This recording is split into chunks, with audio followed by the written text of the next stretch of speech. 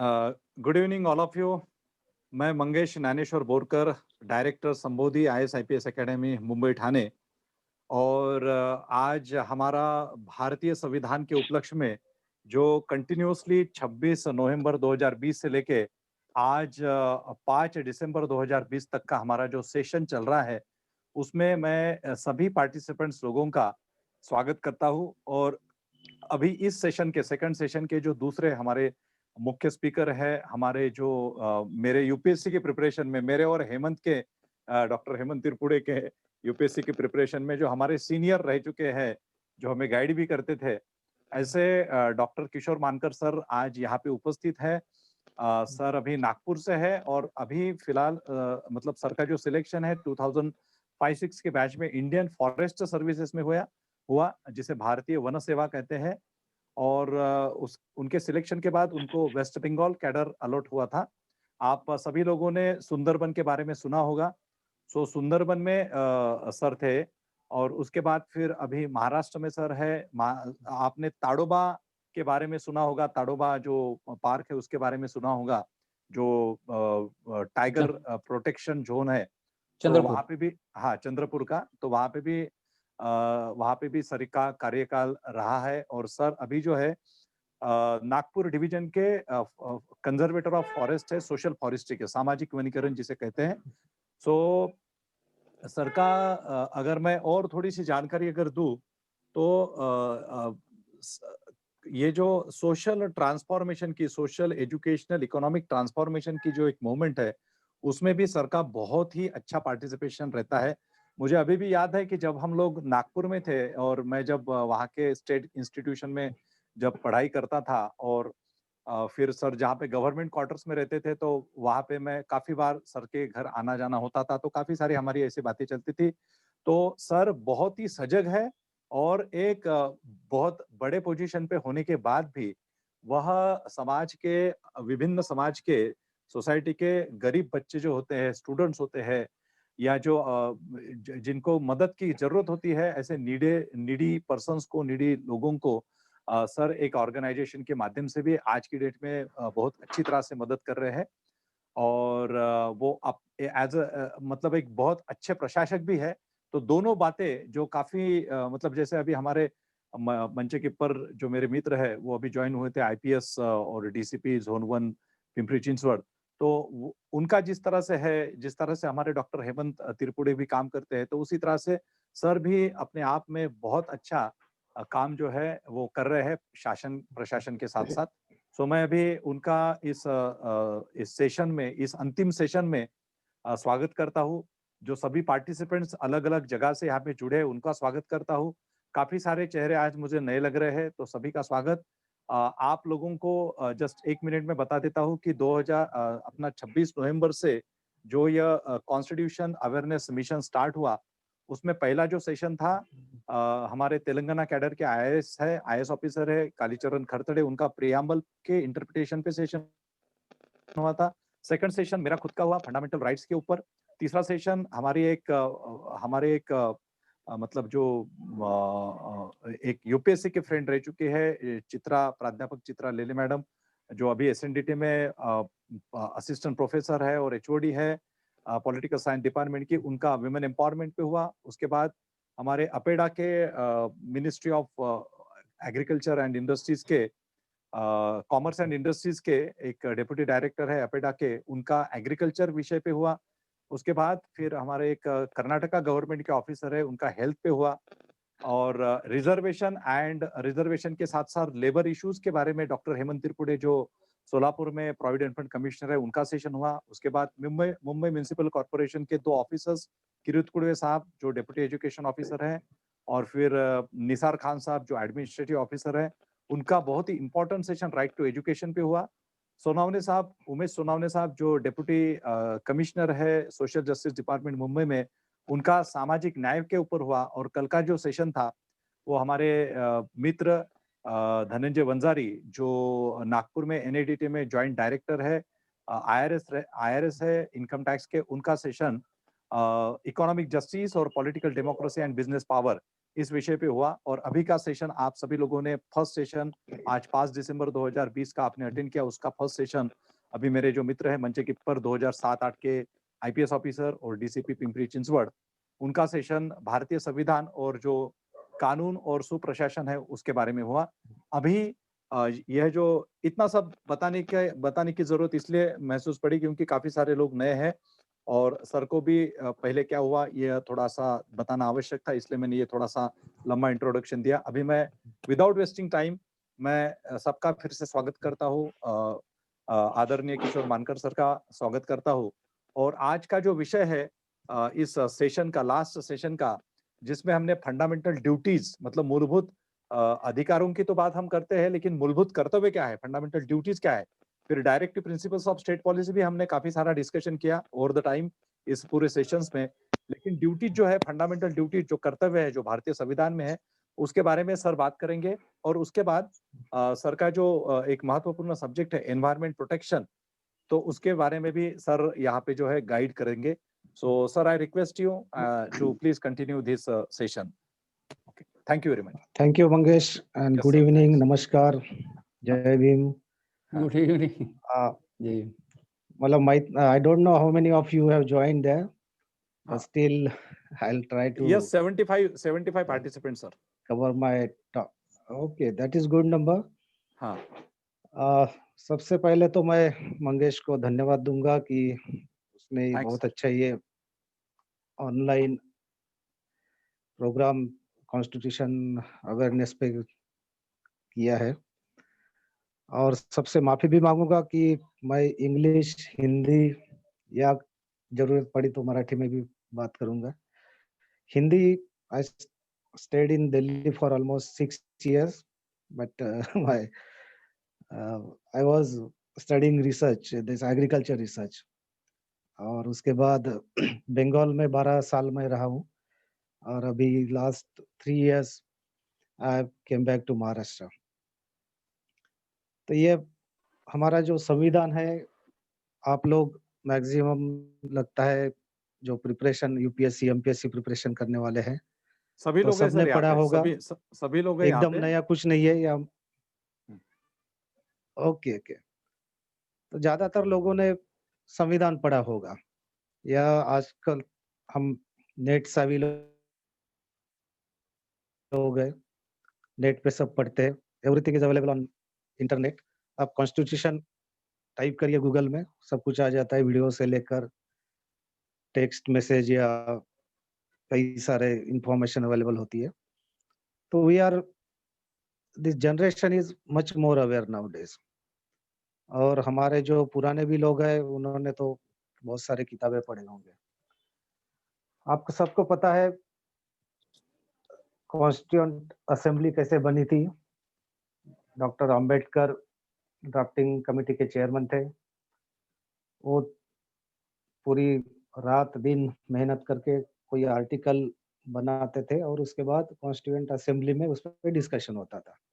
ये पूरी घटना में 2 साल 11 महीने 17 दिन, कोई लोग बोलते हैं 18 दिन लगे और उसके बाद हमारा ये संविधान बना था। तो इसमें कई सारे पार्ट्स है। ये तो आपने अभी प्रियम्बल, फंडामेंटल राइट, सिटीजनशिप, ये सब आपने पढ़ा होगा, सुना होगा। तो मुझे जो सब्जेक्ट दिया है वो fundamental duties and environment protection. Fundamental duties को हम मराठी में मूलभूत कर्तव्य बोलते हैं, हिंदी में मौलिक अधिकार कर्तव्य बोलते हैं। तो फंडामेंटल राइट्स सबको पता होते हैं, लेकिन फंडामेंटल ड्यूटीज या मौलिक कर्तव्य, मौलिक मूलभूत कर्तव्य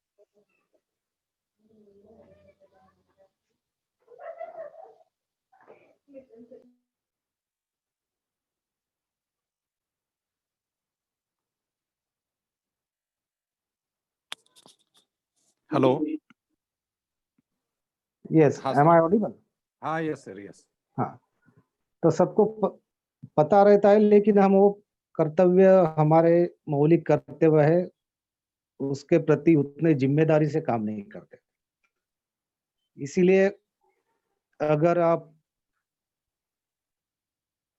और कोई राज्य है या कंट्री है उनके बारे में सोचेंगे और इंडिया के बारे में कंपेयर करेंगे। मुझे 2-4 कंट्रीज़ घूमने का मौका मिला, विज़िट देने का मौका मिला, ज़्यादा नहीं 5-6। लेकिन जब हम इंडिया से कंपेयर करते हैं तो उसमें फ़र्क पता चलता है। वहाँ के नागरिक उनके कर्तव्य के प्रति कैसे मौलिक कर्तव्यों के प्रति कैसे ज़िम्मेदारी से काम करते हैं, बिहेव करते हैं और हमारे लोग यहाँ के कैसे ज़िम्मेदारी निभाते हैं उससे पता चलेगा। तो ये हमारे मौलिक कर्तव्य क्या है, ये शुरू में हमारे संविधान में नहीं थे। बहस बहुत चली थी, लेकिन तब जो हमारे संविधान निर्माता थे, उन्होंने अधिकारों पे ज़्यादा ध्यान दिया। बहस तो हुई थी इस पे, लेकिन ये मौलिक कर्तव्य का अंतर्भूत नहीं हुए थे। उसके बाद 1976 में 42nd अमेंडमेंट हुआ कॉन्स्टिट्यूशन का और ये मौलिक कर्तव्य आर्टिकल 51 ए और संविधान का पार्ट 4 ए के तहत इसका इंक्लूजन हुआ। आपको पता होगा 75 में इमरजेंसी लगी थी और तभी ये 76 में 42nd अमेंडमेंट काफी बड़ा था कॉन्स्टिट्यूशन में, सबने कई बोल सारे दिया। बदलाव किए थे। तो इसके तहत ये मौलिक कर्तव्य का inclusion amendment act through 42nd amendment act through किया था। तो इसमें 11 मौलिक कर्तव्य है। तो पहला कर्तव्य है इंग्लिश में to abide by constitution, respect its ideals and institutions, national flag and national anthem. हर सिटीजन का, हर नागरिक का ये कर्तव्य है कि हमारा संविधान है उसका रिस्पेक्ट करना। जो आइडियल्स हमारे प्रियम्बल में नमूद है। We the people of India having solemnly resolved to constitute India into a sovereign socialist secular democratic republic and to achieve उनके नागरिक को क्या करना है, लिबर्टी ऑफ। आपने ये सब पढ़ा है या सुना है तो मैं ज्यादा उस पर वक्त नहीं दूंगा। जो लिबर्टी है, जस्टिस है, हमारा socio economic, political, equality, fraternity. तो ये अचीव करने के लिए हर जिम्मेदार नागरिक को अपना ये मौलिक कर्तव्य है कि हम अपने कॉन्स्टिट्यूशन का रिस्पेक्ट करें और उसमें जो आइडियल्स है वो अचीव करने के लिए हर तरह के प्रयास करें। हमारे जो इंस्टीट्यूशंस है उसका रिस्पेक्ट करें। इंस्टीट्यूशंस क्या है आपको पता है, इसमें एग्जीक्यूटिव आता है, प्रेसिडेंट से लेकर गवर्नर और हमारे जो और इंस्टीट्यूशन सिविल सर्विस है, जो क्लर्क तक है या बाकी ऑफिसेस है, ये सब इंस्टीट्यूशन का हमें रिस्पेक्ट करना है। जुडिशरी है, हम जुडिशरी का रिस्पेक्ट करते हैं। नेशनल फ्लैग, राष्ट्रध्वज का तो हम हमेशा रिस्पेक्ट करते। तिरंगा हम सब लोगों को प्यारा है। जितने भी अपने पार्टी के फ्लैग होते हैं उसका उस पार्टी के मेंबर रिस्पेक्ट करते हैं। लेकिन जब तिरंगे की बारी आती है तो हम हमेशा तिरंगे का रिस्पेक्ट करते हैं, सम्मान करते हैं। राष्ट्रगान जो है हमारा जनगण मन, जैसे ही आप सुनते हैं रेडियो पे या टीवी पे, हम सब खड़े रहते हैं।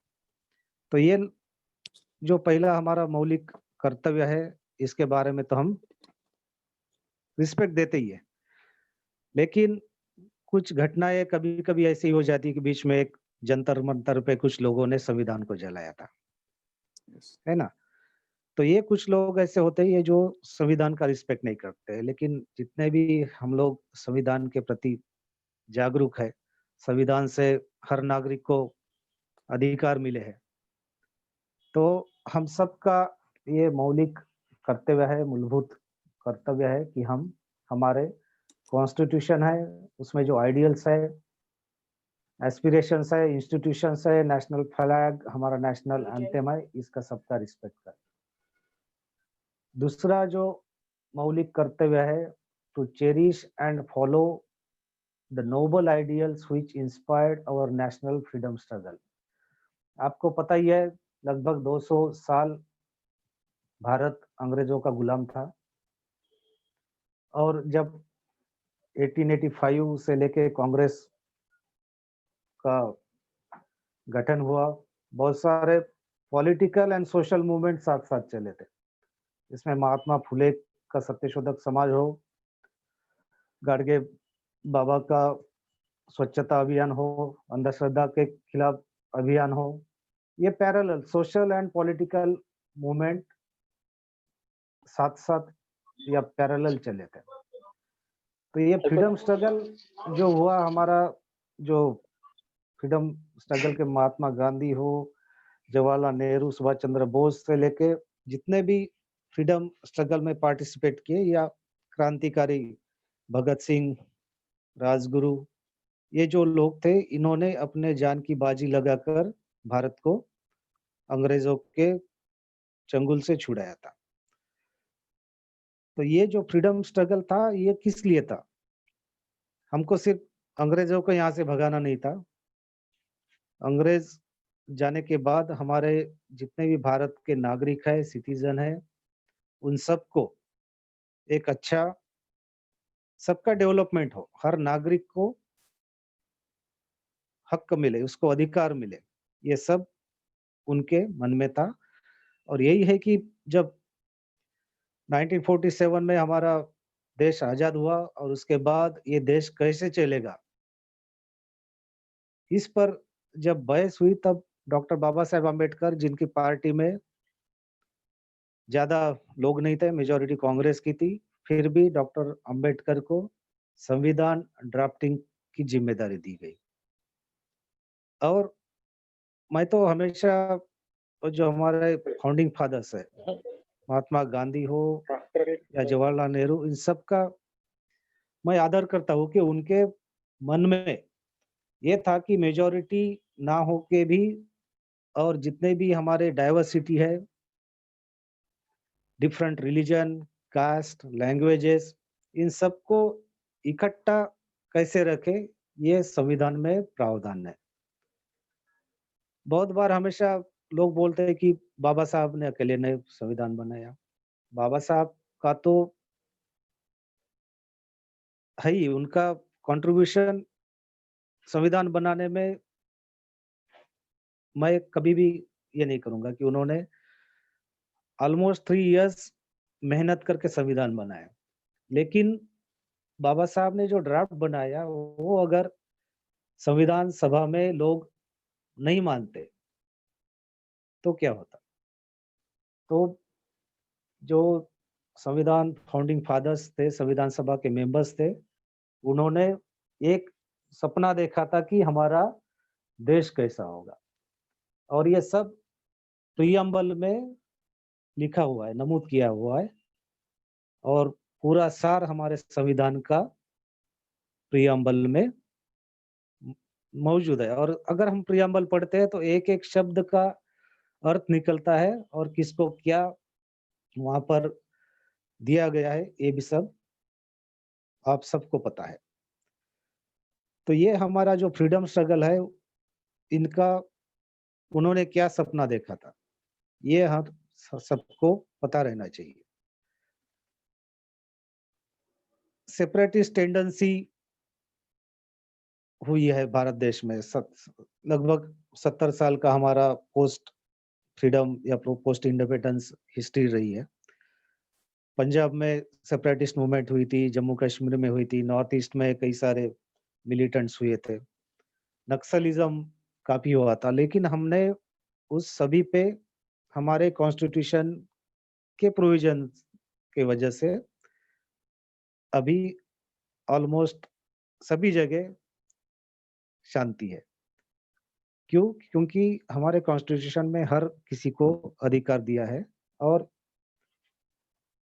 इसके चलते हम लोग सक्सेसफुली हमारा 70 साल का संविधान और डेमोक्रेसी हमारी स्ट्रांग हुई है। थर्ड जो हमारा मौलिक कर्तव्य है, to uphold sovereignty, unity, integrity of India. हर नागरिक का कर्तव्य है कि हमारा, मराठी में हम सार्वभौमत्व करते हैं, एकता और अखंडता, इसके लिए हर लोगों ने प्रयास करना चाहिए। सॉवरेनिटी क्या है कि हम, इंडिया इज सॉवरेन कंट्री, हम किसी के गुलाम नहीं है। पहले यहाँ का हर कोई जो कायदा कानून था वो अंग्रेज विक्टोरिया रानी के नाम पे होता था। अभी हम सेंट्रल एक्ट हो तो प्रेसिडेंट के नाम पे, और स्टेट एक्ट हो तो गवर्नर के सिग्नेचर से होता है, और हर कोई एक्ट हमारे यहाँ के सिटीजन के लोगों के लिए बनता है। तो हमारे नागरिक का भी ये कर्तव्य है कि हमारी सॉवरेनिटी के लिए काम करें, यूनिटी के लिए हम काम करें, यूनिटी इन डाइवर्सिटी। हमारे यहाँ इतनी डाइवर्सिटी है, दुनिया के लगभग हर रिलीजन इंडिया में मौजूद है, और 4 रिलीजन तो इंडिया में ही ओरिजिन हुए हैं, हिंदुइज्म, सिखिज्म, जैनिज्म और बुद्धिज्म। और पता है कि कई सारे देशों में अलग अलग रिलीजन के जो लोग हैं वो एक साथ नहीं रहते, लेकिन भारत में इतने सारे रिलीजन होने के बावजूद भी, डाइवर्सिटी होने के बाद भी हम लोग एक साथ रहते हैं। लैंग्वेज में डाइवर्सिटी है हमारे, कई सारे लैंग्वेजेस है, साउथ में अलग हिंदी, नॉर्थ में अलग बंगाली, ओडिया, ये डिफरेंट लैंग्वेजेस है।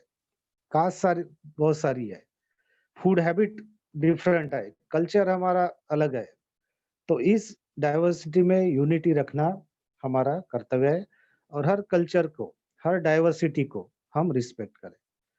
हम लोग कथक भी उतने ही चाव से देखते हैं, कथकली या और साउथ इंडिया के जितने भी नृत्य है या डांस फॉर्म है या फूड हैबिट है, जितना डेवलपमेंट हुआ है, मार्केट ये हुआ है, तो हमें लगभग साउथ इंडिया के हर कोई व्यंजन है, साउथ इंडियन होटल्स है, ये हर जगह हम देख पाते हैं या मिलते हैं। तो ये सब डाइवर्सिटी है, और डाइवर्सिटी में यूनिटी होनी चाहिए। और आपको पता है कि ये हमारे मूलभूत या मौलिक कर्तव्य है और मूलभूत अधिकार है। मूलभूत अधिकार में भी दे आर नॉट अनरेस्ट्रिक्टेड, उसमें भी रेस्ट्रिक्शन लगे हैं। और किस चीज पे है कि यह uphold sovereignty, unity and integrity of India. आपको freedom of speech and expression है, लेकिन आप हमेशा या कुछ भी नहीं कह सकते। आपको अधिकार है, लेकिन जो फ्रेंडली नेशन है हमारे, उस पर क्रिटिसाइज नहीं कर सकते। कम्युनल हार्मनी डिस्टर्ब हो, ऐसा कुछ नहीं कर सकते। लेकिन कभी-कभी कुछ लोग हैं वो प्रयास करते हैं, लेकिन अभी भी हमारी कॉन्स्टिट्यूशन, हमारी लॉ एंड ऑर्डर मशीनरी है कि वो उस पे स्ट्रिक्ट एक्शन ले। बाद में दूसरा हमारा मौलिक कर्तव्य है to defend the country and render national service when called upon to do so. हमारे एग्रेशन होता है दूसरे कंट्री का, तो हमारी मिलिट्री, नेवी, एयरफोर्स मौजूद है। लेकिन कभी-कभी इमरजेंसी अगर लग जाती है, तो हर नागरिक का कर्तव्य है कि शॉर्ट ड्यूरेशन पे तब गवर्नमेंट अपील कर सकती है कि आप जितने भी एबल बॉडीड लोग हैं, वो लोग सेना में भर्ती हो, उनका शॉर्ट ड्यूरेशन का ट्रेनिंग होता है, और बाद में आर्म्स लेके हम भी हमारे देश की रक्षा के लिए सेना में भर्ती हो सकते हैं। आपको बांग्लादेश का पता होगा, बांग्लादेश कैसे निर्माण हुआ था, मुक्ति वाहिनी सेना और इंडिया का आर्मी ने बांग्लादेश को आजाद किया था पाकिस्तान के चंगुल से।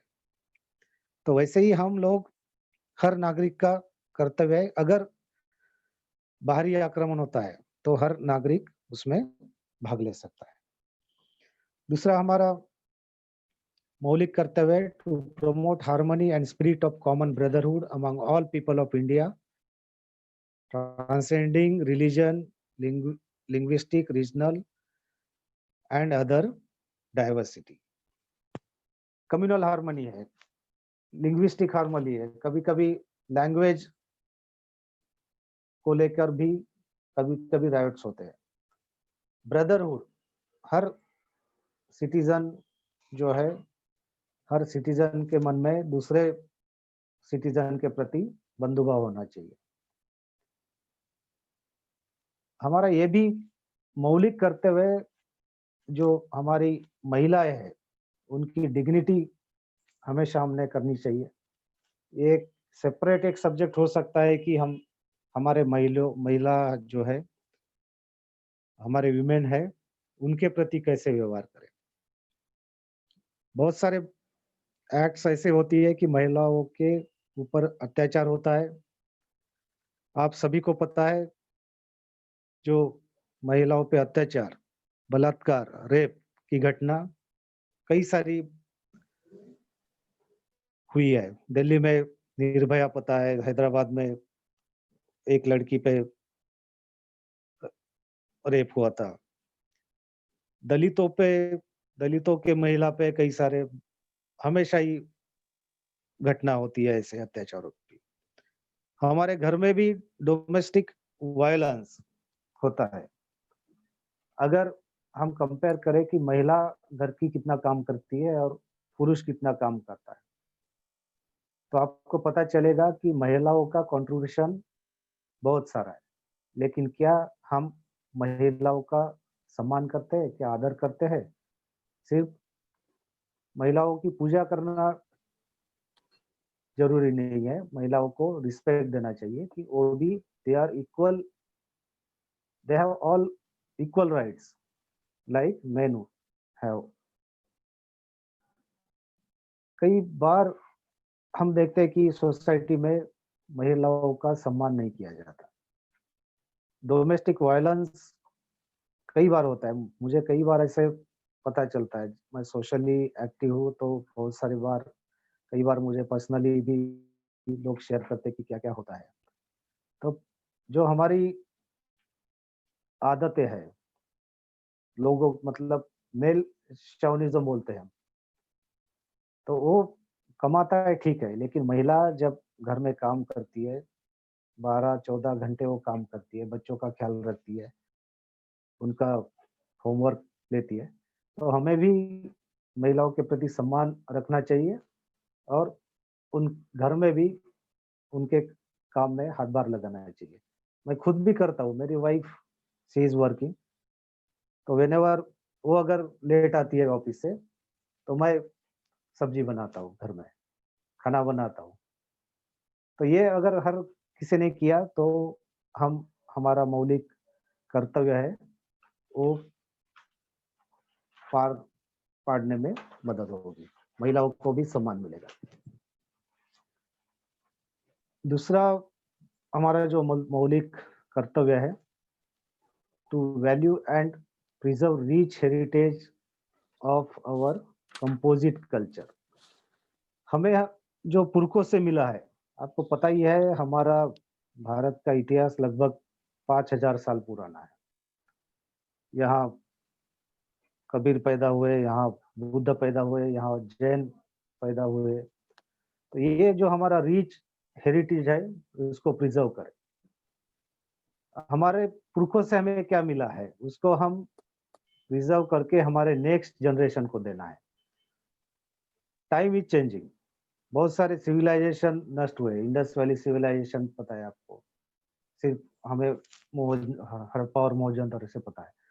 तो ये कई सारे सालों से ये जो हमारा कंपोजिट कल्चर यहाँ पर चला है, उसका रिस्पेक्ट करना है, उस कंपोजिट कल्चर को हमें प्रिजर्व करना है। और नेक्स्ट जनरेशन जो है, हम लोग इस पृथ्वी पे रहेंगे 60-70 साल, कोई 80 साल जिएगा, लेकिन हमारे बच्चों को, हमारे जो नेक्स्ट जनरेशन है, उसको हम क्या देंगे? जो हमें मिला है वही देंगे या अंधविश्वास देंगे या उनको फेक स्टोरीज देंगे हम? हमें जो हमारा एंशिएंट सिविलाइजेशन है, रिलीजन है यहाँ के, जो महात्मा बुद्ध ने बोला है कि अप्तदीप भव, पीस, जैन के जो तीर्थंकर हुए, उन्होंने जो पीस का फार्मूला दिया है, सिखिज्म है, उन्होंने हार्ड वर्किंग का मैसेज दिया है, इक्वालिटी का मैसेज दिया है गुरु नानक जी ने। तो ये सब हमारा जो कंपोजिट कल्चर है, यहाँ के कल्चर के कई सारे पहलू होते हैं, अंग होते हैं।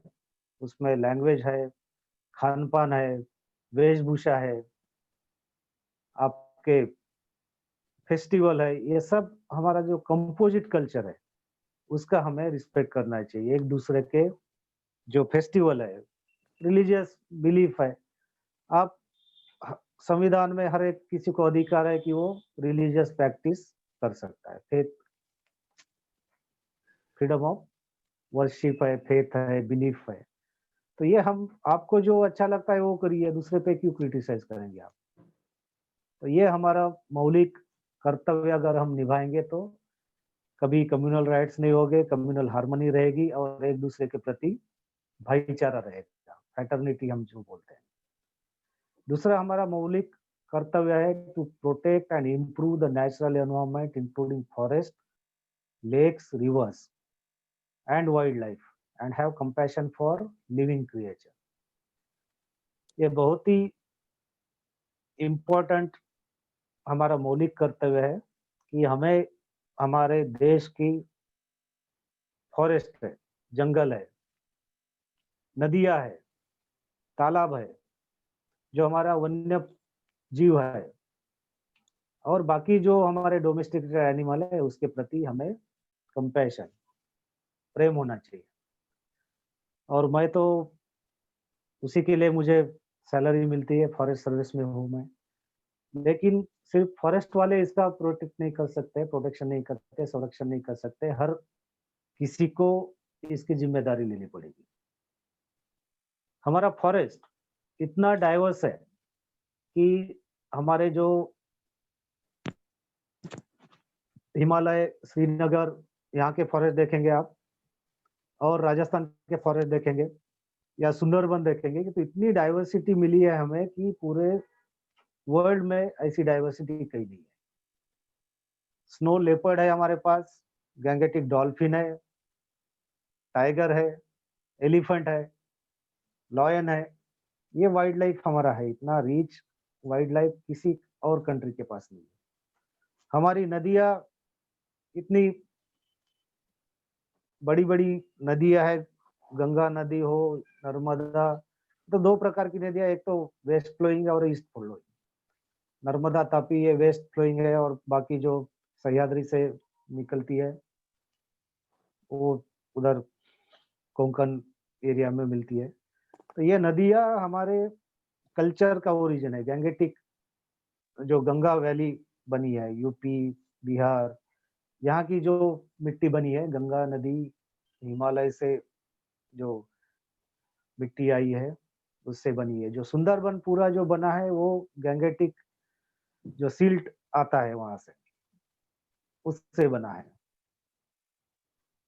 लेक हमारे कई सारे हैं, तालाब जो है, वर्ल्ड वेटलैंड हम कहते हैं उसको, वेटलैंड्स। तो ये सब प्रोटेक्शन करना हमारी नैतिक ज़िम्मेदारी है, हमारा मौलिक अधिकार है। और इन हमारा जीवन ही है, मतलब मैं तो बोलता हूँ अगर पानी नहीं होगा, तो क्या होगा? नदियाँ अगर हम उसका प्रोटेक्शन नहीं करेंगे, उसका पॉल्यूशन होगा, प्रदूषण होगा, तो क्या होगा? अगर सुंदरबन एक फॉरेस्ट है, टाइडल फॉरेस्ट बोलते हैं हम उसको, मैंग्रोव फॉरेस्ट बोलते हैं। वो सुंदरबन अगर नहीं रहेगा, उसको अगर हम नष्ट करेंगे तो कलकत्ता सिटी है, उसका एक्जिस्टेंस नहीं रहेगा। हर 5 या 6 साल में बड़ा एक साइक्लोन आता है, बे ऑफ बंगाल से। अगर वो सुंदरबन उस साइक्लोन को उसकी वेलोसिटी कम नहीं करता है, उसका अटकाव नहीं करता, तो पूरा साइक्लोन कलकत्ता में जाएगा और 2-4 घंटे में पूरा कलकत्ता सिटी तहस-नहस हो सकता है। तो हमारे एग्जिस्टेंस के लिए हमारा मौलिक कर्तव्य है कि हमारे जो एनवायरनमेंट है, हमारा पर्यावरण है, परिवेश है, फॉरेस्ट है, नदियाँ है, तालाब है, हमारे वाइल्ड एनिमल्स है, इसका सबका संरक्षण करें। जितने भी डोमेस्टिकेटेड एनिमल आप आज देखते हैं, वो कई सदियों पहले सब वाइल्ड एनिमल थे। हमने उनका डोमेस्टिकेशन करके उसको पालतू बनाया है और हम आज उसका उपयोग कर रहे हैं हमारे लिए। हमारी दूसरा मौलिक अधिकार है to develop scientific temper, humanism and spirit of inquiry. ये बहुत ही इम्पोर्टेंट मौलिक कर्तव्य है हमारा। हम देखते हैं कि समाज में कई सारे पाखंड है, कुरीतियां है, अंधश्रद्धा है, सुपरस्टिशन बोलते हैं हम। ये भी एक सेपरेट इस पे लेक्चर हो सकता है, हम अंधश्रद्धा पे बात करें। महाराष्ट्र में तो हमारे कई सारे संत महात्मे हुए हैं, गाडगे बाबा, संत तुकाराम। इन्होंने अपना पूरा लाइफ ये सुपरस्टिशन है। और रिसेंटली अगर हम गोविंद पानसरे, नरेंद्र दाभोलकर इनकी बात करें तो इन्होंने ये अंधश्रद्धा के अगेंस्ट में अपना लाइफ बलिदान दिया है। साइंटिफिक टेम्पर, अगर साइंटिफिक टेम्पर ना हो हमारे मन में, हमारे दिमाग में, तो हम कोई तरक्की नहीं कर सकते। आप देखिए कि नोबेल प्राइजेस या नोबेल साइंस में कितने मिले हैं हमको, बहुत ही कम। और जो दूसरे देश है, अमेरिका हो, जापान हो, चीन हो, उन लोगों में साइंटिफिक टेम्पर है। हमारे पढ़ने वाले लोग भी जो साइंस पढ़ते हैं उनमें भी साइंटिफिक टेम्पर नहीं होता है। मानसून आता है जून जुलाई में, क्यों आता है? क्या हम अभी कभी सोचते हैं? या डेसिडियस फॉरेस्ट है, उसके पत्ते झड़ जाते हैं, तो उसके पीछे रीजन है। भूकंप आता है तो क्यों आता है?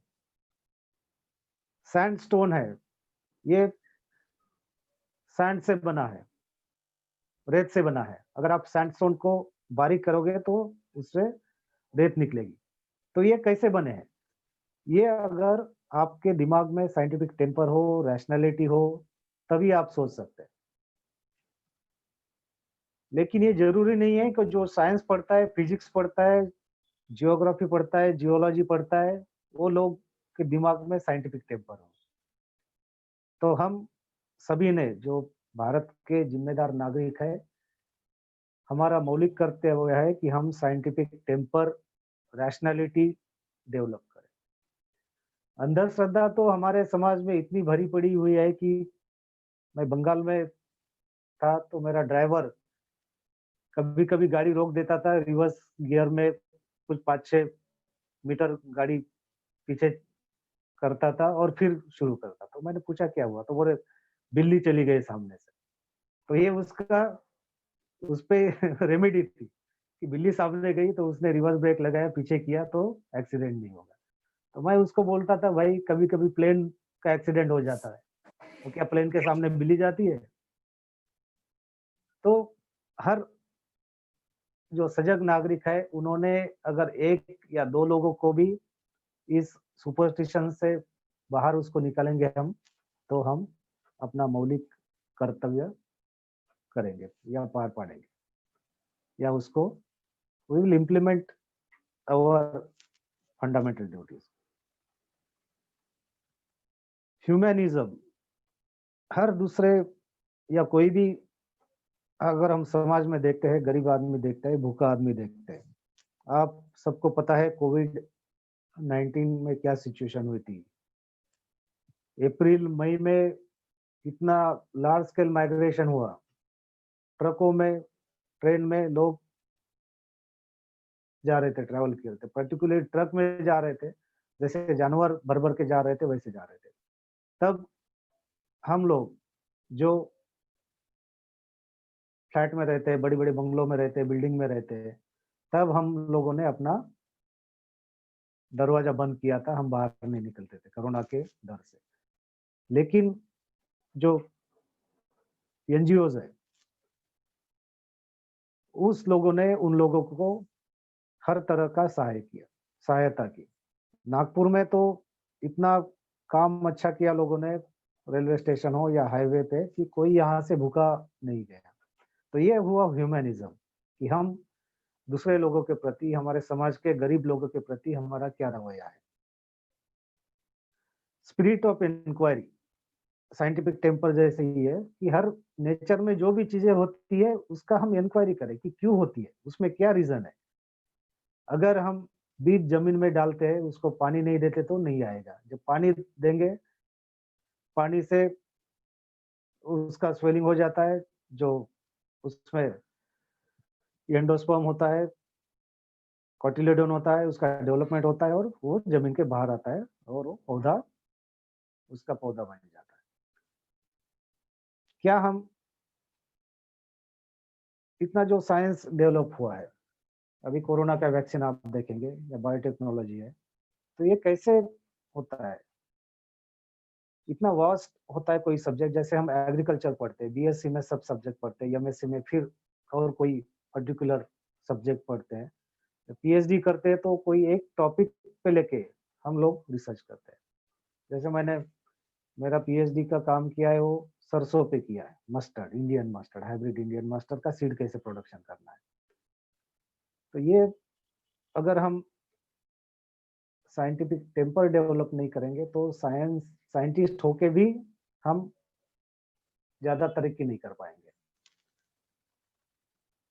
हमारा अगला मौलिक कर्तव्य है, हमारी जो पब्लिक प्रॉपर्टी है उसका रक्षण करें और कभी भी वायलेंस ना करें। लेकिन हम देखते हैं जब कोई प्रोटेस्ट होता है, बंद होता है, तब पहला टारगेट होता है पब्लिक प्रॉपर्टी। बसेस, हम ट्रेन जलाते हैं, लोग बसेस जलाते हैं, तो ये नुकसान किसका है? जितनी भी पब्लिक प्रॉपर्टी है ये हमारे जो टैक्स पेयर है उसी के मनी से बनती है। बिल्डिंग बनती है, रास्ते बनते हैं। और वायलेंस, नॉन वायलेंस तो हमें महात्मा बुद्ध ने सिखाया, जैन ने सिखाया, महात्मा गांधी ने सिखाया, और हमारा पूरा फ्रीडम स्ट्रगल 80-90% हमारा फ्रीडम स्ट्रगल है, ये नॉन वायलेंट मेथड से हुआ है।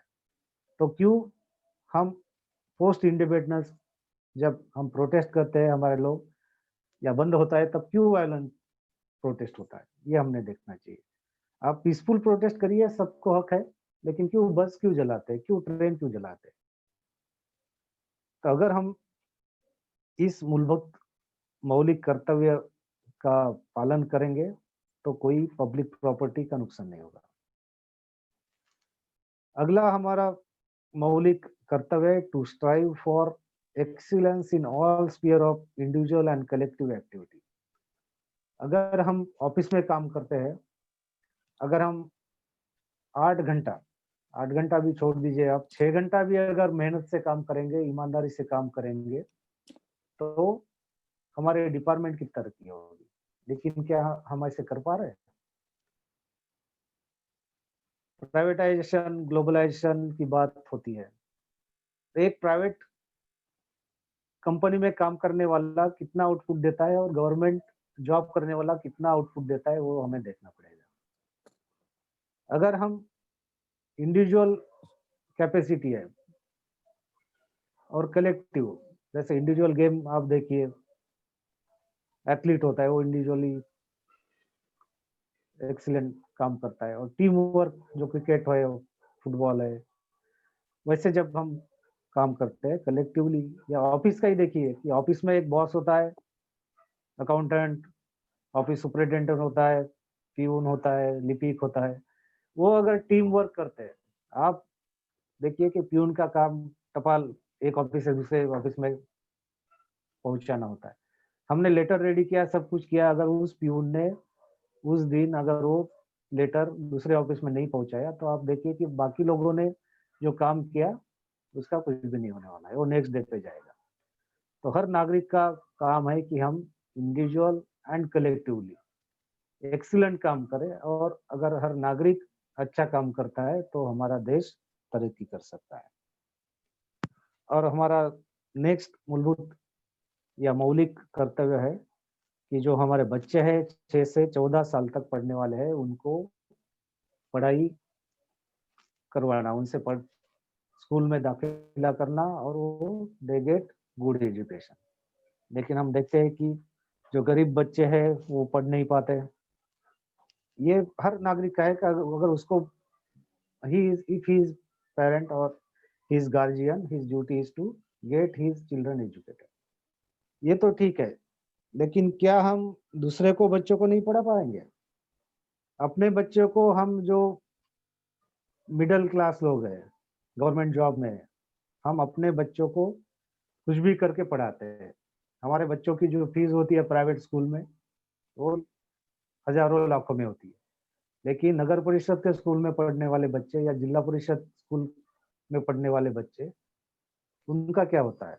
गाँव में पार्ट टाइम पढ़ते हैं बच्चे, खेतों में काम करते हैं, फिर स्कूल में जाते हैं। कई गाँव में स्कूल नहीं होती, तो दूसरे गाँव में नहीं जाते। लड़कियों का वही हाल है।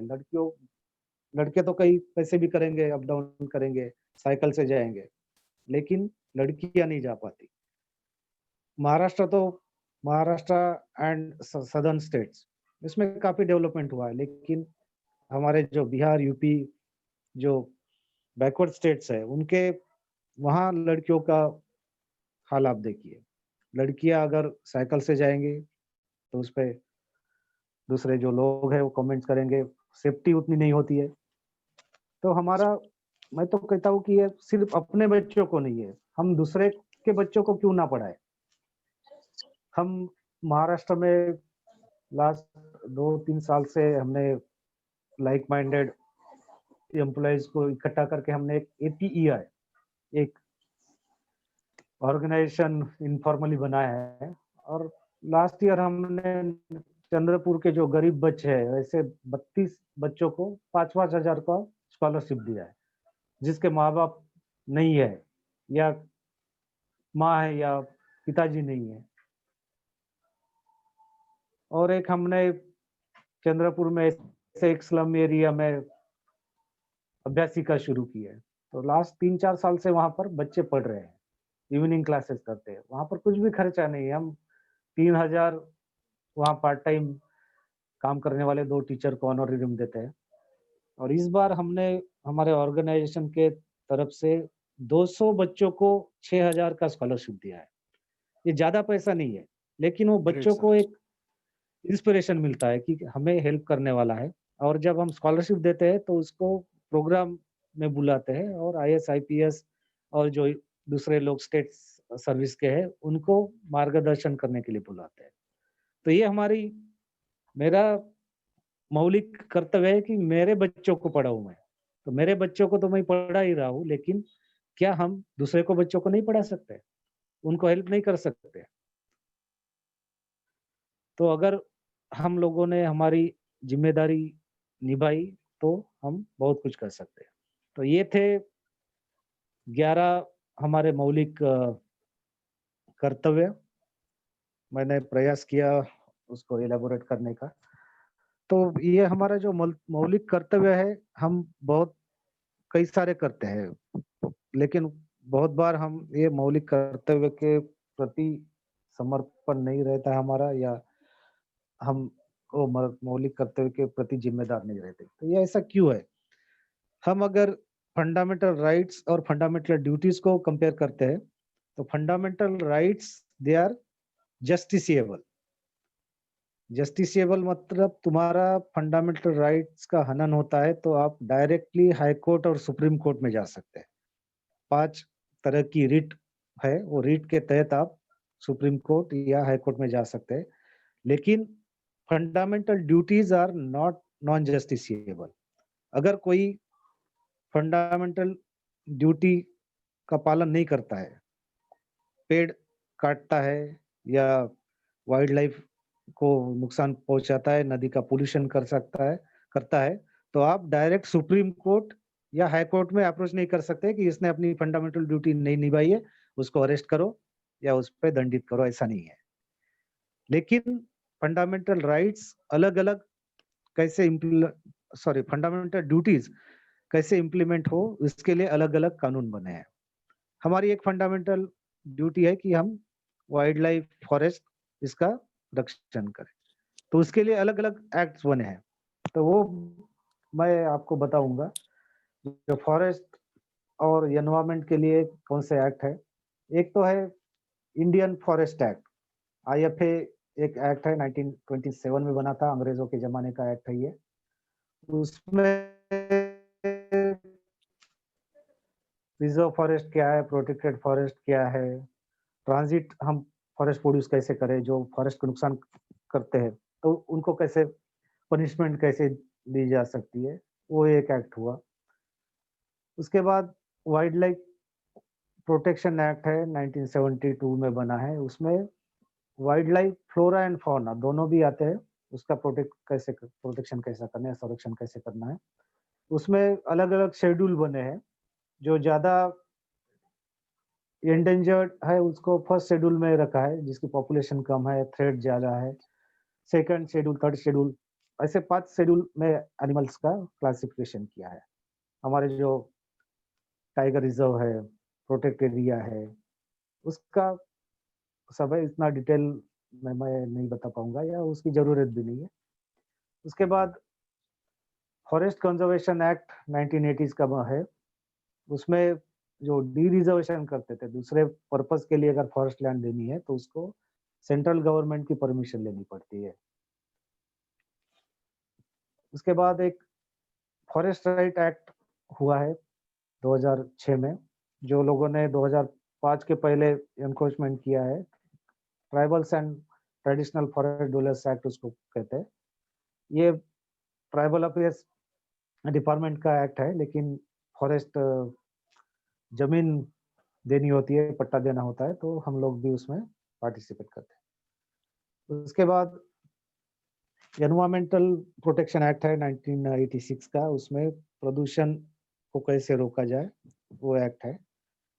उसके बाद बायोलॉजिकल डाइवर्सिटी एक्ट 2002 का बना है, वो आपको पता होना चाहिए।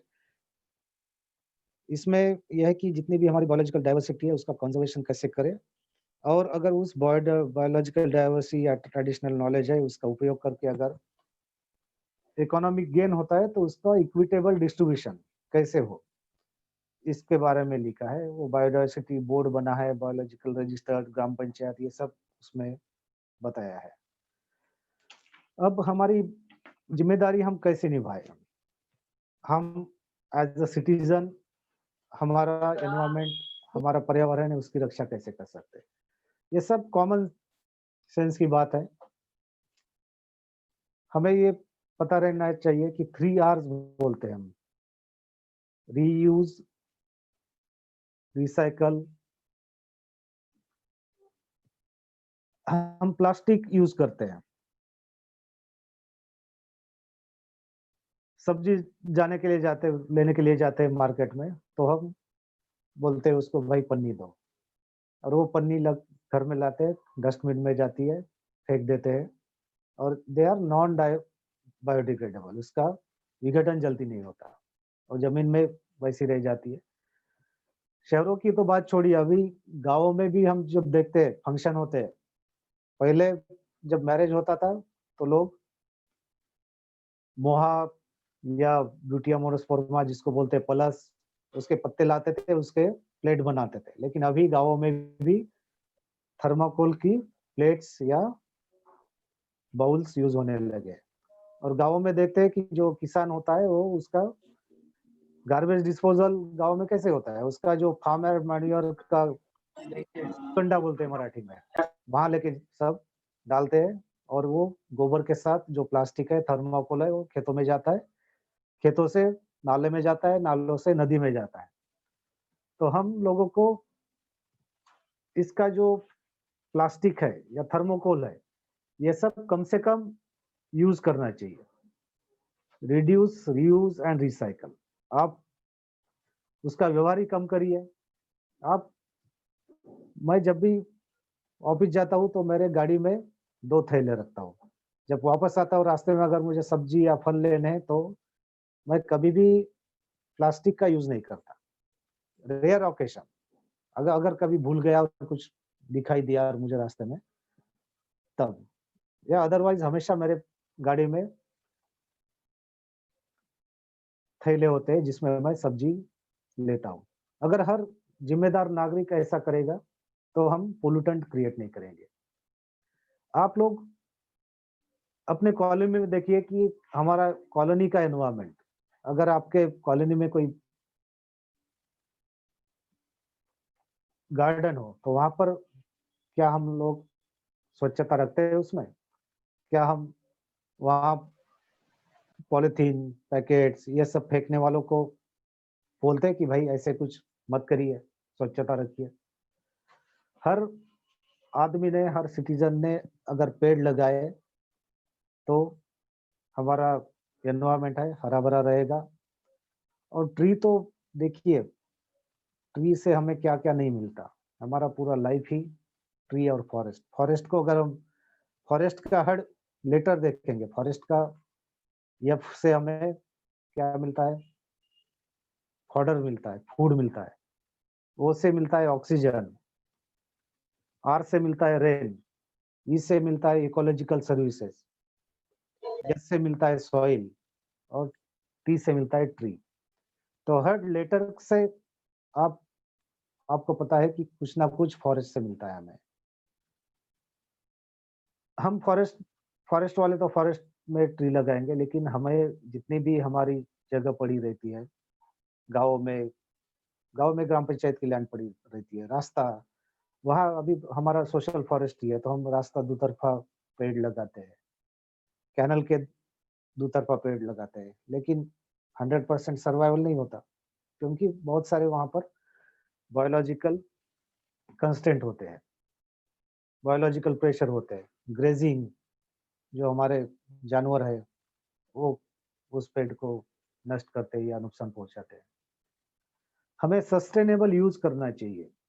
हर चीज़ का सस्टेनेबल यूज़ कैसे हो? सस्टेनेबल मतलब हम उस चीज़ को उतना ही लें जिससे हम दूसरे जनरेशन को उसी स्थिति में दे सकें, हमारे बच्चों को दे सकें।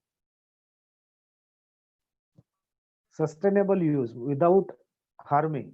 आप पता है कि सोने की अंडे देने वाली मुर्गी, मतलब ऐसे तो नहीं होता कोई मुर्गी है अंडा सोने का नहीं देती है।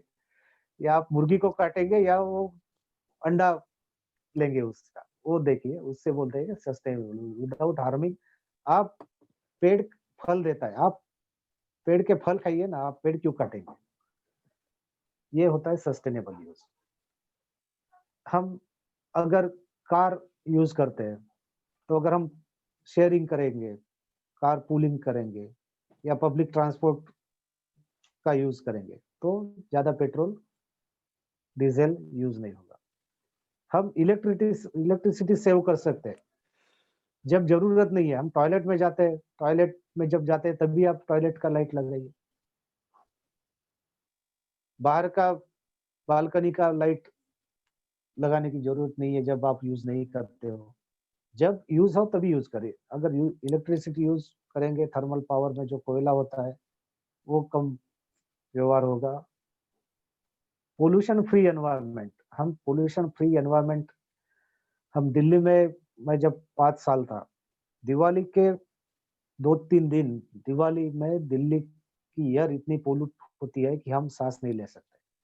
तो ये बाहर से तो एलियंस नहीं आए जो क्रैकर्स यूज़ करते हैं। इतना पॉल्यूशन हम अपने हाथों से कर रहे हैं। साउंड पॉल्यूशन कितना होता है क्रैकर्स आप जब बर्स्ट करते हैं। तो क्या हम अपनी ज़िम्मेदारी निभा नहीं सकते? हम लोग अगर नॉन कन्वेंशनल एनर्जी का यूज़ करेंगे, सोलर लाइट से, सोलर इलेक्ट्रिसिटी अभी हम घर में भी सोलर प्लांट लगा सकते हैं, और अगर एक्सेस इलेक्ट्रिसिटी अगर जनरेट होती है, तो एमएसईबी वाले उसको लेंगे और अपना बिल कम होगा। ये कई सारी चीज़ें हैं, वो कॉमन सेंस की बात है। अगर हम ज़िम्मेदार नागरिक होंगे, हर हमारे जो मौलिक कर्तव्य कॉन्स्टिट्यूशन ने दिए हैं, वो अगर करेंगे तो हम हमारा देश अच्छा होने में महत्वपूर्ण भूमिका निभा सकते हैं। फॉरेस्ट सर्विस के बारे में कुछ बताने के लिए मंगेश ने बोला था मुझे, तो फॉरेस्ट सर्विस ये है कि हम it is one of the 3 all India services IAS, IPS और आईएफएस। तो आईएफएस यूपीएससी सिलेक्शन होता है और हम लोग सिलेक्शन यूपीएससी होने के बाद कैडर अलॉटमेंट होता है। एक स्टेट को अलॉट होने के बाद उस स्टेट में हम रिटायरमेंट तक रह सकते हैं। ऑल इंडिया सर्विस क्यों बोलते हैं कि स्टेट को भी रहता है और we can work in centre also as well as state also. और एक स्टेट से दूसरे स्टेट में भी डेपुटेशन पे जा सकते हैं। स्टेट में हायरार्की होती है, जब ज्वाइन करते हैं तो एसीएफ पे काम करना पड़ता है, एक रेंज कुछ दिन चलानी पड़ती है। उसके बाद डिवीजन में DCF deputy conservator of forest की पोस्ट होती है। उसके बाद प्रमोशन होता है कंजर्वेटर ऑफ फॉरेस्ट। उसके बाद चीफ कंजर्वेटर ऑफ फॉरेस्ट होता है। उसके बाद additional principal chief conservator of forest, और जब टॉप मोस्ट पोस्ट होती है तो पीसीसीएफ बोलते हैं, principal chief conservator of forest. और सेंटर में अगर कोई डेपुटेशन पे जाता है तो डीजी फॉरेस्ट होता है, डीआईजी फॉरेस्ट होता है, एआईजी फॉरेस्ट होता है। ये अलग-अलग पोस्ट होती है। स्टेट फॉरेस्ट सर्विस अगर लोअर रैंक की हम बात करते हैं तो फॉरेस्ट गार्ड जो सबसे नीचे पोस्ट होती है, उसके बाद फॉरेस्टर होता है, उसके बाद रेंज ऑफिसर होता है और उसके बाद असिस्टेंट कंजर्वेटर ऑफ फॉरेस्ट, तो उसके उनका भी प्रमोशन होता है, वो भी आईपीएस में आ सकते हैं सीनियर होने के बाद। तो फॉरेस्ट एक अच्छा ऑप्शन है जिन लोगों को फॉरेस्ट में इंटरेस्ट है, they can prepare for forest service and get selected through either MPSC और यूपीएससी। मुझे लगता है ये इनफ था। एक बार जॉब में आने के बाद हम ज़्यादातर ऑफिस वर्क या एडमिनिस्ट्रेशन में ही लगे रहते हैं। मतलब ज़्यादा काम के प्रति सीनियर जैसे हो जाते हैं सर्विस में 10-15 साल की नौकरी के बाद, तो अपना एक लिमिटेड होता है। अभी मैं जो सोशल फॉरेस्ट्री देख रहा हूँ, तो सोशल फॉरेस्ट्री में हम रास्ते के दुतरफा प्लांटेशन करते हैं, नर्सरी पौधे तैयार करते हैं, वो लोगों को देते हैं। लेकिन मैं सोशल फील्ड में भी एक्टिव हूँ, तो बच्चों को गाइड करना ये सब हम काम करते हैं। रिसेंटली हमने गढ़चिरौली में ब्लड डोनेशन कैंप ऑर्गेनाइज किया, उसमें लगभग 90 डोनर्स ने ब्लड डोनेशन किया है। तो ये सब हम काम करते रहते हैं। आप एक जिम्मेदार नागरिक होंगे, बड़े ऑफिसर होंगे, लेकिन ये भी छोटे-मोटे काम करते रहेंगे तो our world will be better, our society will be better. Thank you very much for inviting me, Mangesh. Hope thanks I a am lot able sir, to. Thanks a lot, thanks a अगर lot. कोई किसी का question होगा, कुछ पूछना होगा तो I can share my number also. WhatsApp पे मैं I will try to reply their question queries. दीजिए sir number. Thank you very much. Sir number yes sir, दीजिए। यस। व्हाट्सएप नंबर सर का, व्हाट्सएप नंबर 94 एक ही वजह से 9433 9433 917619। I'll repeat 9433 917619।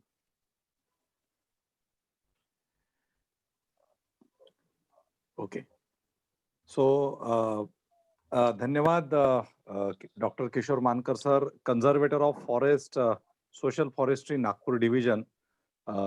Sir के under में अभी जो नागपुर डिवीजन के जो सारे डिस्ट्रिक्ट्स है सर के अंडर में आते हैं, और सर ने बहुत ही अच्छे से एक जो फंडामेंटल ड्यूटी जो है वो हम लोगों को उदाहरणों के तौर पे समझाई है। और मैंने जैसे पहले ही कहा था कि भारतीय संविधान जो लोग पढ़ते हैं या फिर काफी सारे लोगों को इतना तो पता रहता है कि भाई थोड़े बहुत हमें अधिकार वगैरह है, लेकिन कर्तव्य जो है, फंडामेंटल ड्यूटीज जो है, वो काफी लोगों को पता नहीं रहते। तो सर ने अभी यहाँ पे काफी मतलब जो जितने जो उन्होंने एग्जाम्पल देते हुए भारतीय संविधान में जो फंडामेंटल ड्यूटीज बाद में मेंशन की गई है, इंसर्ट की गई है, उसके बारे में बताया कि to cherish the noble ideals वगैरह, फिर इसकी जो यूनिटी और इंटीग्रिटी है उसको प्रोटेक्ट करना चाहिए। उन्होंने कुछ उदाहरण भी दिए उसमें, जैसे सेंट्रल एक्ट, स्टेट एक्ट किस तरह से होता है, प्रेसिडेंट के सिग्नेचर के साथ, गवर्नर के सिग्नेचर के साथ। यूनिवर्सिटी इन बायोडायवर्सिटी की उन्होंने बात की, और कंट्री को डिफेंड करने की उन्होंने बात की, जिसमें बांग्लादेश का उन्होंने उदाहरण दिया। और फिर ब्रदरहुड हार्मोनी की उन्होंने बात की। महिलाओं के डिग्निटी के बारे में सर ने आपको उदाहरणों के तौर पे बताया कि हम लोग, जो महिलाएं होती है, उनके प्रति हमारा किस तरह से व्यवहार होता है। और फिर रिच हेरिटेज, रिच कल्चर की बात करते-करते सर ने जो भारत के जो इम्पोर्टेंट जो फिलॉसॉफिकल डॉक्ट्रिन्स थे, बुद्धिज़्म है, जैनिज़्म है, सिखिज़्म है, उनके बारे में उन्होंने बात की। लैंग्वेजेस, वेशभूषा, खान-पान, सारे तरह के अलग-अलग तरह के जो फेस्टिवल्स है, उसके बारे में भी सर ने बहुत अच्छे तरह से एग्ज़ाम्पल्स देके हमारे सामने बात की है। और सबसे इम्पोर्टेंट जब सर ने इसके बारे में बात बताया, एनवायरनमेंट प्रोटेक्शन के बारे में, सो एनवायरनमेंट प्रोटेक्शन के बारे में उन्होंने इसी फंडामेंटल ड्यूटीज की बात करते हुए ये कहा है कि सुंदरबन का एक एग्जांपल दिया। सुंदरबन में सर खुद थे वहाँ पे, काफी साल उन्होंने सुंदरबन को संभाला है। तो उन्होंने कहा कि अगर सुंदरबन नहीं होता तो फिर कलकत्ता या फिर जो वेस्ट बंगाल का जो मेजर पार्ट है उसका अस्तित्व भी नहीं हो सकता है। सो पर्यावरण को, नदियों को, झरनों को, एनिमल्स को किस तरह से हमने प्रोटेक्ट करना चाहिए, हमारी क्या जिम्मेदारी होती है इन सब के प्रति, यह भी, ये जो मानवतावाद जो है, ये जो ह्यूमैनिस्टिक अप्रोच जो है, करुणा जो है, वो सर ने यहाँ पे पूरी तरह से एक्सप्लेन की है।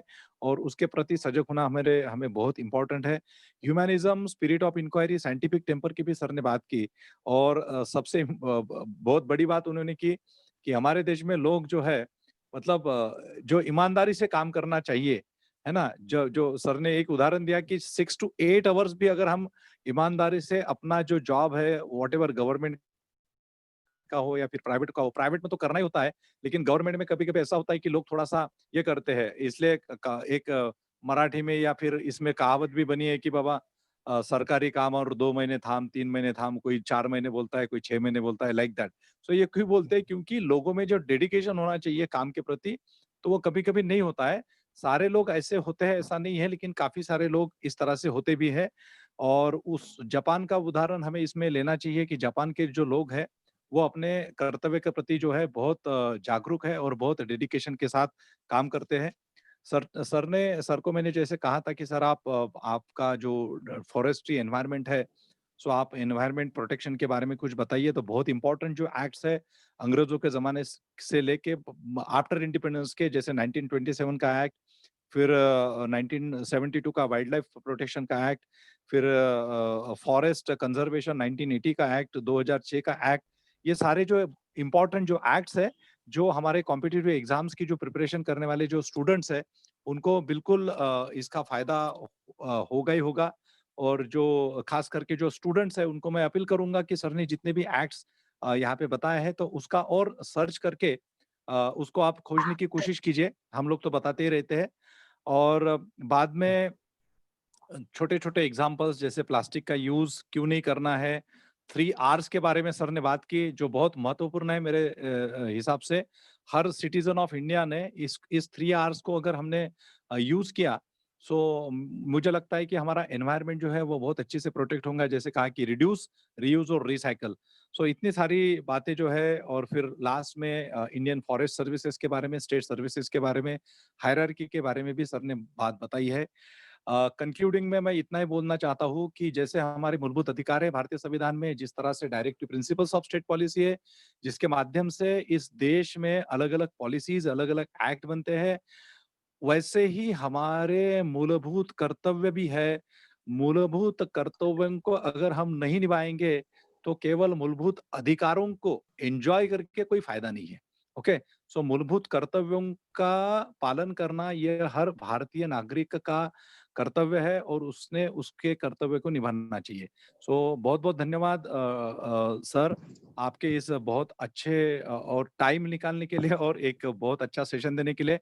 हाँ, और सबसे इम्पोर्टेंट बात जो ऑर्गेनाइजेशन के माध्यम से जो गरीब बच्चों को जो सेवा प्रोवाइड की जा रही है एपीईआई के माध्यम से, सो लाइक उसके लिए तो सर आपको मैं सैल्यूट करता हूँ कि इस तरह से रिस्पॉन्सिबल ऑफिसर्स जो समाज में एक अच्छे पोजीशंस पे है और सारे लोगों ने इस तरह से अगर समाज के लड़कों का मतलब समाज इन द सेंस देश के लड़कों का, गरीब बच्चों का, डिप्राइव्ड स्टूडेंट्स का, डिप्राइव्ड बच्चों का अगर जिम्मा लिया तो मुझे नहीं लगता कि हमें हर टाइम पे गवर्नमेंट के एड पे रहने की जरूरत है। लोग ही इधर-उधर ये ना करते हुए काफी सारे जो लोग हैं ऐसे बच्चों को, ऐसे स्टूडेंट्स को प्रोटेक्शन दे सकते हैं, हेल्प एक्सटेंड कर सकते हैं।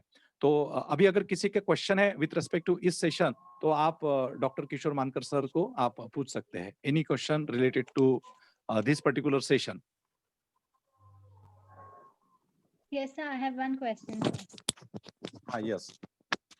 Sir, can you shed some light on wildlife forensics with any case which you may have dealt? Wildlife forensic mostly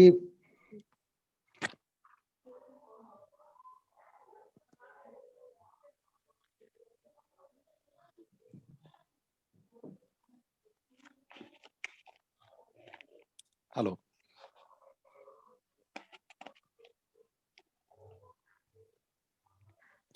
हाँ सर, आ रहे सर, आप हो वहाँ पे?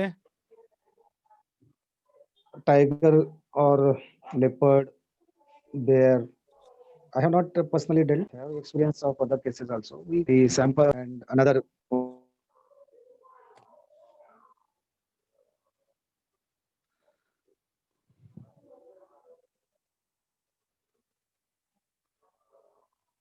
Sir One lab is there, थोड़ा Lacons सा in मेरे ख्याल से- Hyderabad, CCMB. Identify do DNA testing. जो अनआइडेंटिफाइबल जो पार्ट्स होते हैं जिसमें डाउट होता है वैसे ही वो भेजना पड़ता है। अगर स्किन है, टाइगर की स्किन है या लेपर्ड की स्किन है या स्पॉटेड डियर की स्किन है, वो तो हम भी अगर सर्टिफिकेट देंगे तो it is admissible in the court. लेकिन जब किसी के दांत है वाइल्ड एनिमल के, तो कभी कभी टाइगर के छोटे बच्चे या लेपर्ड, उसमें कंफ्यूजन हो जाता। तो ऐसे पार्ट्स है वो फोरेंसिक के लिए wild life institute of India या लेकॉन्स हैदराबाद में सीसीएमबी है, वहां भेजना पड़ता है। Okay, sir. Okay. Thank you. Sir so मेरा एक जनरल क्वेश्चन था हाँ। कि जैसे मान लीजिए आमतौर पे जैसे चंद्रपुर डिस्ट्रिक्ट का मैं हूँ या फिर ये पाया गया जैसे मान लीजिए कोई फार्मर है जो अपने खेत में या बड़ी जमीन जो होती है वहां पर कोई ग्रो करता है, टीकवुड हो या हाँ। बॉम्बू हो, तो जब वो काटने का बेचने का समय आता है उस समय उसको क्या करना चाहिए? क्योंकि बहुत सारे लोगों को ये पता भी नहीं है कि बहुत कंफ्यूजन रहते हैं बेचारे। बाम्बू को फ्री किया है, वहां टीपी या कुछ परमिशन नहीं लगती है। टीकवुड टीक का परमिशन लगता है, वो रेंज ऑफिसर होता है, वहां पर अप्लाई करेंगे तो वो परमिशन देता है। ओके सर, ठीक है, थैंक यू। सर मला एक क्वेश्चन विचारायचा आहे. हॅलो. हाँ, विचारा. ज्यांना प्रश्न विचारायचे त्यांनी विचारा हाँ. पटापट. सर म्हणजे आताचं जे सिच्युएशन आहे. हॅलो, आवाज येतोय का सर? हाँ, आणि रिलेव्हंट क्वेश्चन असला पाहिजे पण हा. क्वेश्चन हा. रिलेव्हंट विचारा. म्हणजे विथ रिस्पेक्ट टू सब्जेक्ट. हाँ. तर जे आता सिच्युएशन जी आहे, लाईक डोनाल्ड ट्रम्पनी स्वतः म्हटलं होतं की क्लायमेट चेंज सारखं असं काही नसतं. म्हणजे सिच्युएशन अशी आहे की एन्व्हायरमेंट वर्सेस डेव्हलपमेंट. तर याला म्हणजे तुमचं काय ओपिनियन आहे की एन्व्हायरमेंट आणि डेव्हलपमेंट हे हँड इन हँड म्हणजे जायला पाहिजे, लाईक म्हणजे त्याच्यामध्ये आपण काय करू शकतो? बघा, एन्व्हायरमेंट आणि डेव्हलपमेंट ह्या दोघी हँड इन हँड जायला पाहिजे आणि तो बॅलन्स आपण करतो आहोत. एन्व्हायरमेंट प्रोटेक्शन या फॉरेस्ट कन्झर्वेशन ऍक्ट आहे, एफसीए ऍक्ट आहे, त्याच्यामध्ये सेंट्रल गव्हर्नमेंट रेग्युलेट करते. असं कुणालाही देता येत नाही. तर जेव्हा एखादी इंडस्ट्रीसाठी आपण फॉरेस्ट लँड डायव्हर्ट करतो तर त्या इंडस्ट्रीकडून आयदर जमीन मिळते किंवा मग झाडं लावायसाठी पैसा मिळतो. तर आपण डेव्हलपमेंट पण थांबवत नाही आणि आपली इकॉलॉजी किंवा फॉरेस्ट सुद्धा नष्ट होत नाही. मग त्या पैशातून एक कॅम्पा कॉम्पन्सेटरी एफॉरेस्टेशन एक ऑथॉरिटी क्रिएट केली आहे आणि त्याच्यामध्ये पैसा जमा होतो आणि त्याच्यामधून आपण फॉरेस्ट लावतो. पण आपण आपलं नैसर्गिक जे हेरिटेज आहे किंवा फॉरेस्ट इकॉलॉजी आहे, इकॉलॉजिकल सर्व्हिसेस, तुम्ही इंडस्ट्री डेव्हलप करा, पण इंडस्ट्रीला पाणी लागते है ना, इंडस्ट्रीला रॉ मटेरियल लागते. तर आपला प्रयत्न असला पाहिजे की बॅलन्स डेव्हलपमेंट आणि सस्टेनेबल यूज जर झाला आपण, रिन्युएबल सोर्स आहे, झाडं हे रिन्युएबल सोर्स आहे, बांबू आहे. हे आपण बांबू 3 वर्ष लावला आपण की आज जर लावला तर 3 वर्षांनी त्याचं प्रोडक्शन चालू होते आणि जवळपास 40 ते 50 वर्ष त्याच्यापासून प्रोडक्शन मिळते. तर असं आपण रियुजेबल किंवा सस्टेनेबल यूज जर केला आपण तर नक्कीच बॅलन्स राहील. पण असं नाही की आपण पूर्ण इंडस्ट्रीज चालू करू. मुंबई आपला एक महानगर आहे, पण आपण मुंबईची इकॉलॉजी नष्ट केली आणि मग महापूर आला होता, माहीतच आहे ना. मिठी नदी बुजवली, Yes, yes. Drainage, national drainage नष्ट झालं. मागे हैदराबाद, चेन्नईला पण पाणी साचलं होतं. तर आपल्याला तो बॅलन्स करावाच लागेल.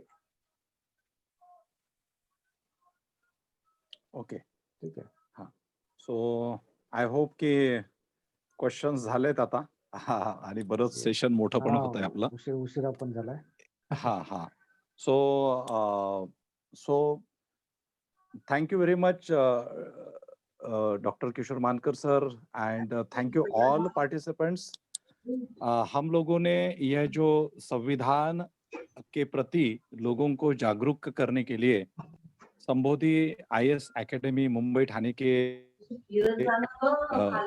ओर से जो यह एक 26 नवंबर से लेके 26 नवंबर से लेके आज 5 दिसंबर तक का जो यह कंप्लीट 10 दिनों का जो हमने सेशन किया है, उसमें काफी सारे ऑफिसर्स ने, मतलब जिनके साथ मैंने बात की थी, उन सभी लोगों ने किसी भी तरह से आनाकानी न करते हुए सभी लोगों ने एक, मतलब मैंने कहा और उन्होंने मान लिया कि नहीं ठीक है करना है, डेट अलोकेट किए और प्रॉपरली उस डेट के हिसाब से अपने जो सेशंस हुए, सर का एक सेशन सिर्फ हमारा 1 दिसंबर का था तो वो आज हुआ है, लेकिन उससे ये हुआ कि मुझे और एक दिन मिला आप लोगों को देने के लिए, और एक दिन मिला तो उसका फायदा ही हुआ।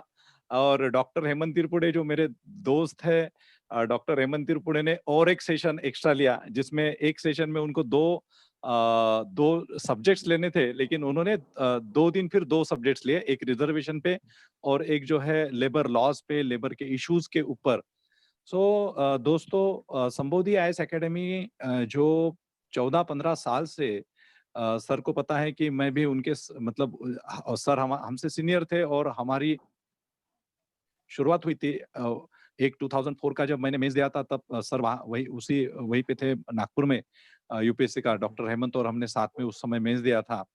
तब से हम लोग जो साथ में है, और बाद में मैंने ये जो स्टार्ट किया तो इसमें ना केवल संबोधि के माध्यम से केवल ऑफिसर्स बनाना, तो उसमें एक एथिक्स डेवलप होना चाहिए, एक कंस्ट्रक्टिव माइंडसेट डेवलप होना चाहिए, एक कॉन्स्टिट्यूशनलिज्म डेवलप होना चाहिए, जिसका उपयोग भारतीय संविधान के जो महत्वपूर्ण जो पिलर्स है, जस्टिस, लिबर्टी, इक्वलिटी, फ्रेटर्निटी, जिसकी अभी भी मतलब मंच किप्पर ने भी बात की और सर ने भी बात की और आने वाले सारे वक्ताओं ने बात की, तो यह प्रयास जो है हम करते हैं। और साथ ही साथ ना केवल स्टूडेंट्स के लिए, बल्कि भारत, मतलब जो लोग हैं, अलग-अलग कास्ट कम्युनिटीज के, माइनॉरिटीज हो, बैकवर्ड कम्युनिटीज हो, शेड्यूल ट्राइब्स हो, शेड्यूल कास्ट हो, ओबीसी हो, विजेएनटी, एसबीसी हो, अगड़े या पिछड़े जो पुअर हो, ऐसे सभी वर्गों के लिए संबोधि करियर एकेडमी के माध्यम से अलग-अलग सामाजिक उपक्रम जो है, जो महापुरुषों की विचारधारा के ऊपर चलते हैं। और हमारा प्रयास यही रहता है कि हमारे तरफ से, जैसे सर अभी हमने फंडामेंटल ड्यूटीज की बात की, तो मेरी भी एक नैतिक जिम्मेदारी, एक फंडामेंटल ड्यूटी बनती है कि मेरे तरफ से जो हो सकता है, मेरे संस्था के माध्यम से जो हो सकता है, वो लोगों तक पहुंचाए। और यही एक छोटा सा प्रयास था। काफी सारे लोग भारत के विभिन्न हिस्सों से इस पूरे 10 दिन के सेशन में उपस्थित हुए। एक लड़का है जो उत्तराखंड से रेगुलरली, उसने मेरे ख्याल से 10 दिनों के सेशन किए।